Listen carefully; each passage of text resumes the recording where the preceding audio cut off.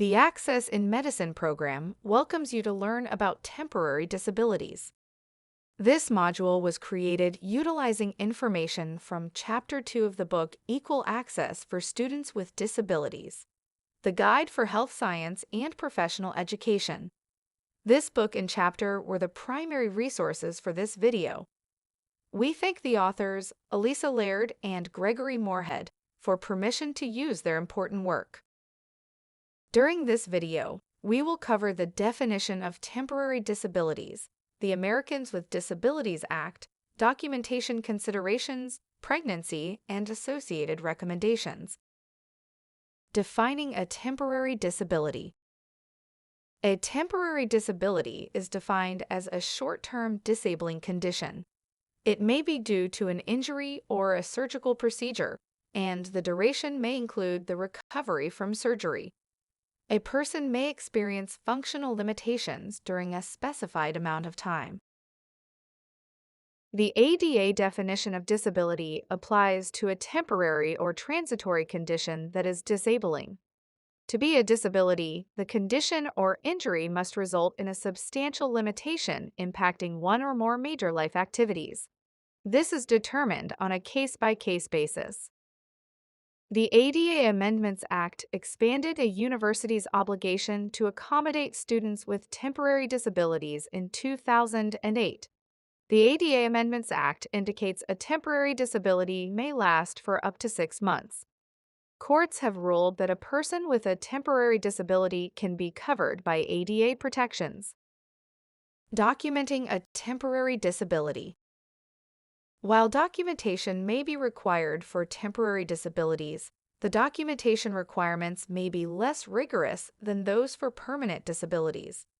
Documentation of a temporary disability should include an end date or a specific duration. Students should update documentation as needed, depending on their recovery or continued functional limitations. Pregnancy considerations. Uncomplicated pregnancies are typically not considered disabilities. However, medical complications from pregnancy may fall under ADA protections. In either case, Title IX protections apply to people who are pregnant or who recently gave birth. On August 1, 2024, the 2024 Title IX rule went into effect. This rule strengthens protections and lays out rules that schools must follow to protect pregnant and parenting students and staff, along with sex-based harassment and anti-LGBTQ+ discrimination. Recommendations and final thoughts. Based on what we have learned so far, we recommend the following. Disability resource offices may accommodate students with temporary disabilities. Documentation requirements may be less rigorous for temporary disabilities, and the documentation should include an end date when possible. Temporary accommodations should be based on functional limitations. For example, if a student has difficulty writing due to an injury, extra time to complete exams may be warranted for a short amount of time. If a temporary disability becomes permanent, the disability resource professional is best equipped to handle the determination and implementation of new or additional accommodations. The disability resource professional should collaborate with the Title IX office to create a referral process for pregnant students. This video is a product of the Docs with Disabilities Initiative's Access in Medicine program in partnership with the University of Michigan Center for Disability Health and Wellness. The contents of this video were developed under a grant from the National Institute on Disability, Independent Living, and Rehabilitation Research. NIDLR Grant Number 90RTHF0005.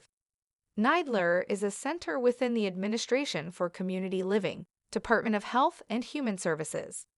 The contents of this video do not necessarily represent the policy of NIDLR, Administration for Community Living, or Health and Human Services, and you should not assume endorsement by the federal government. This video is a product of the Docs with Disabilities Initiative and their Access in Medicine program. For additional resources and information about the Docs with Disabilities Initiative, please visit the Docs with Disabilities Initiative website or follow us on YouTube, Twitter, Instagram, and LinkedIn.